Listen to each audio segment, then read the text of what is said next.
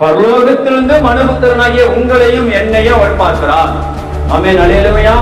நாம எப்படி இருக்கிறோம், நாம எதை நோக்கி ஓடுறோம், நாம எதை நோக்கி பிரயாசப்படுறோம் என்பதையும் தேவன் அறிவார், நாமும் அறிவோம். ஆமென், அல்லேலூயா.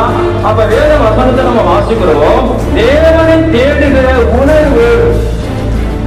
உணர்வு இருக்குதா என்பதை தேவன் எங்கென்று பார்க்கிறாரா? பரலோகத்தில் இருந்து. ஆமென், அல்லேலூயா. அப்ப தேவன் எங்கென்று பார்க்கிறாரா? பரலோகத்திலிருந்து ஆண்டவர் உங்களையும் என்னையும் காலையில பார்க்கிறாரு, மத்தியானத்துல பார்க்கிறாரு, சாயந்தரத்துல பார்க்கிறாரு. ஆனா நம்ம என்ன பண்றோம்? நம்ம இஷ்டப்படி நம்ம வேலையெல்லாம் செய்யறோமே தவிர அவர் விருப்பத்தையும் அவருடைய சித்தத்தையும் நாம ஒருபோது என்ன பண்றது இல்ல, செய்யறது இல்ல. இப்ப ஆண்டவர் சொல்றாரு, என்ன குறித்து ஜனங்கள்கிட்ட போய் அறிக்கை விடுங்கப்பா, என்ன குறித்து நீங்க சொல்லுங்கப்பா, உலகம் முழுக்க போங்க, தேசம் முழுக்க போங்க, மக்களை தேடி போங்க, ஜனங்களை தேடி போங்க, உங்க சொந்த மன்னர்களுக்கு போய் சொல்லுங்க, உங்க நண்பர்கிட்ட சொல்லுங்க, உங்க சிநேகிதர்கிட்ட போய் சொல்லுங்க, என்ன பத்தி சொல்லுங்க, என்ன குறித்து சொல்லுங்க.